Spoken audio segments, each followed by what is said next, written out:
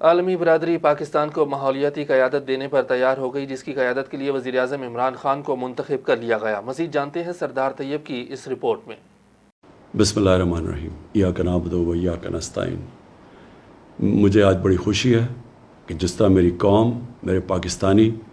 جس طرح آج فلسطینیوں کی حمایت کے لیے نکلے اور جس طرح انہوں نے ان کے اوپر جو ظلم ہو رہے ہیں اس کی آج نشاندہی کی اور اس کی مذمت کی، میں آپ کو سب کو خراج تحسین پیش کرنا چاہتا ہوں۔ جب سے اسرائیل بنا، پاکستان کا ہمیشہ ایک ہی سٹینڈ رہا ہے، اور وہ سٹینڈ تھا قائد اعظم محمد علی جناح کا، ہمارے عظیم لیڈر کا، کہ فلسطینیوں سے بہت بڑی ناانصافی ہوئی ہے،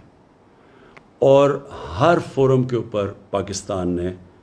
فلسطینیوں کے ساتھ کھڑے رہے ہیں۔ 27ویں رات کو میں مسجد نبوی میں تھا جب مجھے پتہ چلا کہ جو قبلہ اول ہے مسلمانوں کا، مسجد الاقصی، ادھر جب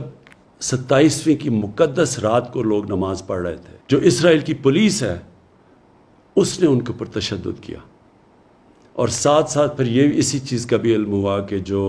فلسطینی فیملیاں 70 سال سے اپنے گھروں میں رہ رہی تھیں، کئی فیملیز کو اسرائیلی سیٹلرز نے ان کو گھروں سے نکال دیا۔ اس کی وجہ سے ایک نیا انتشار شروع ہو گیا، اور پھر جو غازہ کے اوپر جس طرح کی بمباری کی گئی، دنیا کی سب سے طاقتور ترین فوج ہے، تقریباً 69 فلسطینیوں کے اوپر جس طرح کی بمباری کی گئی جس میں بچے مارے گئے،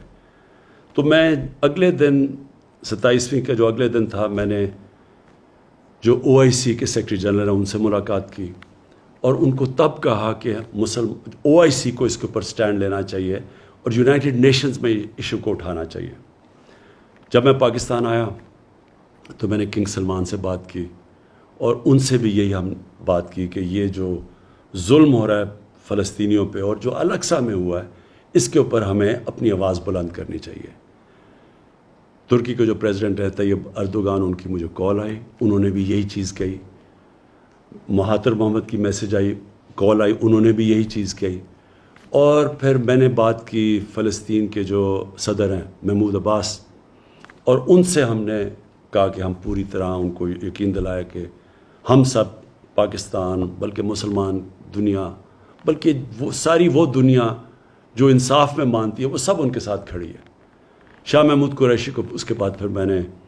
کہا کہ وہ یونائٹڈ نیشنز کی جنرل اسمبلی میں جائیں اور OIC اور مسلمان ممبر سے اس ایشو کو اٹھائیں، اور انہوں نے بڑے بھرپور طریقے سے اس کو اٹھایا، اور میں ان کو داد دیتا ہوں اس کی۔ میں جو ایک چیز دیکھ رہا ہوں، مجھے ایک بڑی خوشائن چیز نظر آ رہی ہے، اور وہ کیا ہے کہ دنیا کا پبلک اوپینین چینج ہو رہا ہے۔ میں نے اتنا ٹائم مغرب میں گزارا، پہلے بھی جب اسرائیل کی فوجیں ظلم کرتی تھی فلسطینیوں پہ،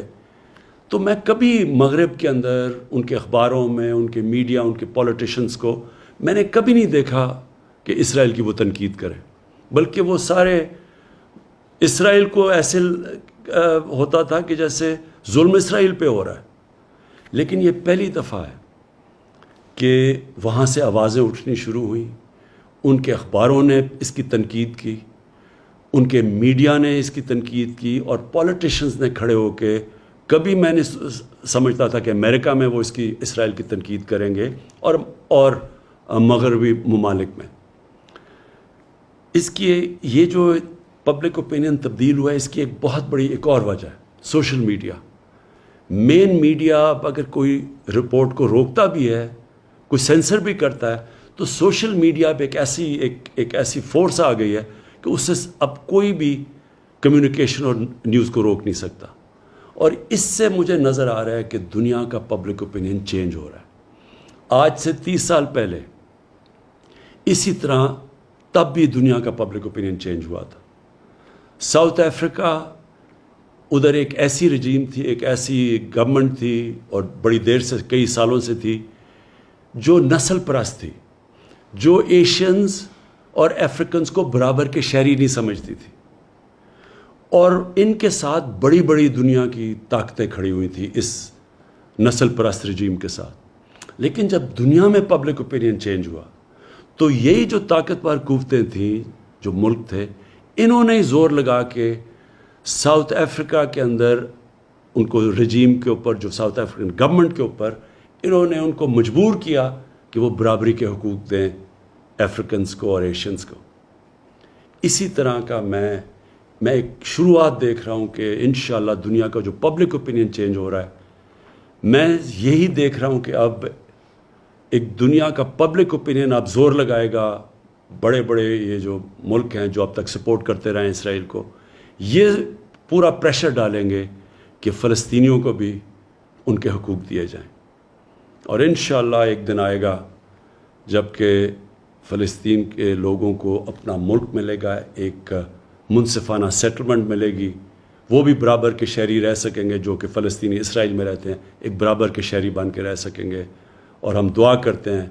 کہ وہ دن جلدی آئے۔ پاکستان پائندہ باد۔